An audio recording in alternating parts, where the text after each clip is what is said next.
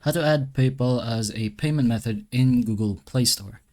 So this is pretty easy. Just go into your Play Store account, log into whichever account you're using, of course, and then go ahead to the top right corner.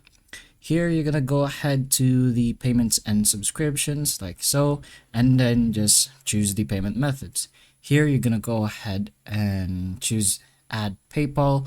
Although if your PayPal is already logged in into your device, let's say you have the PayPal app logged in, the process should just be much easier. But if not, you can just go ahead and choose the PayPal option and just type in the email address of whichever PayPal account you have.